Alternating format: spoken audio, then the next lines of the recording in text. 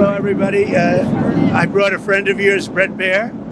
He's here. Brett, how you doing? How are you? What will make a success of this summit today?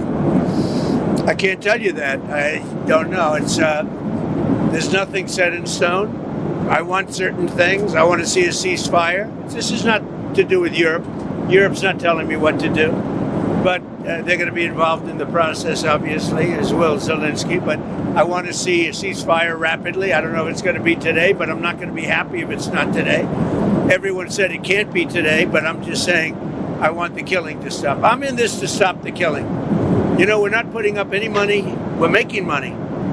They're buying our weapons, and we're sending them to NATO, and NATO's sending us big, beautiful checks. But that I don't care about that. I care about it was a big factor when Biden spent $350 billion and got nothing. But what I do care about is they lost last week 7,011 people were lost, almost all soldiers. 36 people in a town which got hit by a missile, but over 7,000 soldiers. It's crazy. Could you describe a little bit, Mr. President, because I know you've had a lot of phone calls with President Putin. What's the difference in a face-to-face, in-person meeting? Look, he's a smart guy, been doing it for a long time, but so have I. Been doing it for a long time. And here we are with President. That was much more difficult than what I'm doing today, believe me. So we get along. There's a good respect level on both sides. And I think, something's going to come of it. I noticed he's bringing a lot of business people from Russia. And that's good. I like that because they want to do business, but they're not doing business until we get the war settled. Are you going to talk about business? We have the hottest country on earth. We have the hottest economy on earth. We have the hottest country. We just set a new stock market record again. We have hundreds of billions of dollars flowing in from tariffs. We're the hottest. We were a dead country, dead like doornails, a dead country. 1 year ago, we were dead as a doornail, and now we have the hottest country. And he wants a piece of that because his country is not hot economically. In fact, it's the opposite.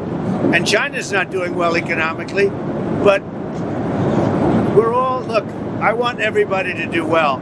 The war's got to stop and the killing's got to stop. Mr. President, what do you mean? Thank you for coming back to take questions. We saw that Russia continued its violence into Ukraine last night, launching even more drones. What did you make of that? I think they're trying to negotiate.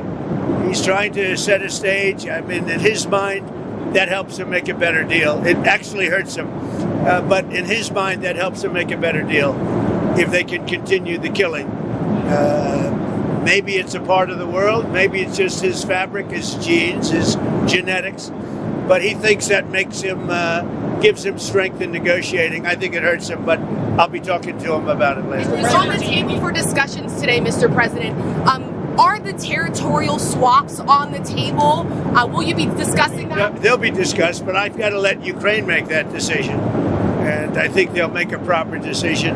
But I'm not here to negotiate for Ukraine. I'm here to get them at a table. And I think you have two sides. Look, Vladimir Putin wanted to take all of Ukraine.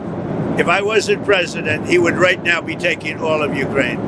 But he's not going to do it. Mr. President, what did you mean? Just one thing. What about the possibility of the United States providing security guarantees to Ukraine? Maybe. Along with Europe and other countries. Not in the form of NATO, because that's not going to, there are certain things that aren't going to happen.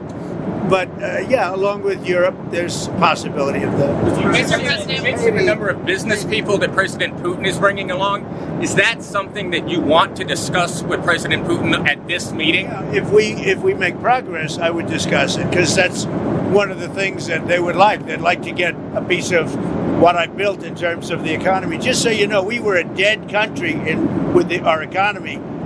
He wouldn't be interested. He wouldn't have been interested a year ago with the Biden economy. But he is interested in the Trump economy because wait till you see when those factories start opening up. We have hundreds of factories all over the country, and that includes auto factories, AI factories, and every other. They're all coming in because they want to beat the tariffs.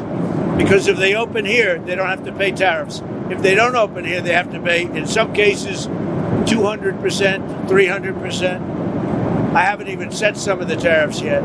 I'll be setting tariffs next week and the week after on steel and on, I would say, chips.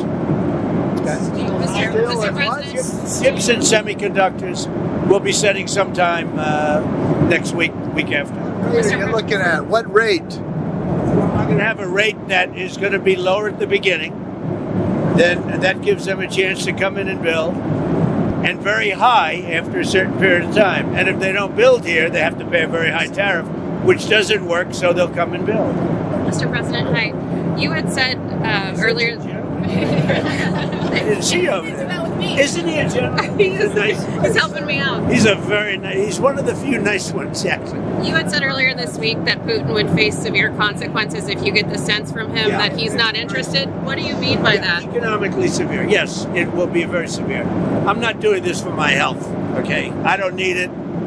I'd like to focus on our country, but I'm doing this to save a lot of lives. Yeah, very severe. Thank you very much, everybody. En route to Alaska for a meeting with Russian President Vladimir Putin, President Trump engaged in a press gaggle aboard Air Force One, outlining his expectations and goals for the summit. He made clear that his top priority was securing a rapid ceasefire, stating that while others believed it could not be achieved immediately, he wanted the killing to stop as soon as possible. Trump emphasized that Europe was not directing his approach, though both European nations and Ukrainian President Volodymyr Zelensky would play a role in the process. While noting that the United States is profiting from weapons sales to NATO, he contrasted this with what he described as excessive, unproductive spending under President Biden. Trump lamented the staggering recent loss of life in Ukraine, estimating over 7,000 soldiers killed in just 1 week, along with civilian casualties from missile strikes. Discussing his relationship with Putin, Trump said they shared mutual respect and long experience in leadership. He welcomed the presence of Russian business leaders at the meeting, seeing it as a sign of interest in future trade opportunities once the conflict ends. He portrayed the American economy as thriving and dramatically improved from the previous year, claiming this growth had piqued Putin's economic interest. When asked about Russia's continued attacks on Ukraine, Trump speculated that Putin viewed sustained violence as a negotiating tool, though he personally believed it weakened Russia's bargaining position. Territorial issues would be on the table, but he stressed that only Ukraine could decide its future borders, positioning himself as a facilitator rather than a direct negotiator. He acknowledged the possibility of future security guarantees for Ukraine involving the United States, European partners, and other nations, though not under NATO membership. On economic matters, Trump described how his tariff policies were driving foreign companies to build factories in the U.S., with new levies planned for steel, chips, and semiconductors. In closing, he warned that if Putin showed no genuine interest in peace, Russia would face severe economic repercussions. Trump underscored that his efforts were driven not by personal benefit, but by the aim of saving lives while keeping America's interests at the forefront.